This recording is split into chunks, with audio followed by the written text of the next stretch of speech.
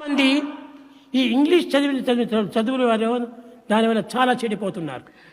Many people have spoiled themselves because of this modern education learning English. ఈ education అనేటువంటిది కేవలం అన్ని విధాల కూడాను ఎడ్యుకేషన్ గా తీస్తుండాలి. Modern education led to agitation. కనుక ఈ ఎడ్యుకేషన్ అనేటువంటిది చదువు కాదు. Modern education is not simple learning. అన్ని విధాల అహంకారము, We are egoistic in every way.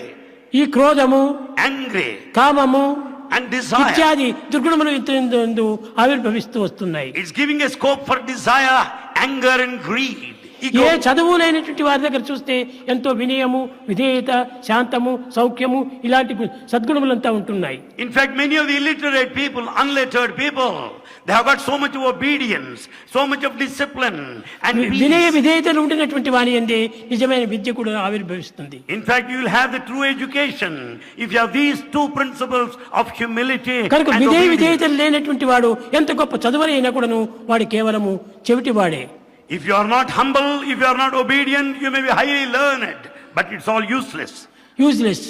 అలాంటి చదువులు ఉండి ప్రయోజనం ఏమిటి? What for is కనుకనే మన చదువులంతా కూడాను ఇలాంటివి కాదు. this low type of education should not be సత్యము, continued. ధర్మము, న్యాయము, సాంప్రదాయము, సత్సంగము ఇలాంటివంతను పెంచాలి. In fact, our education should foster great values like truth, dharma, righteousness, మానవతా the విలువలను peace and పెంచుకోవాలి. sacrifice. We should develop the human values.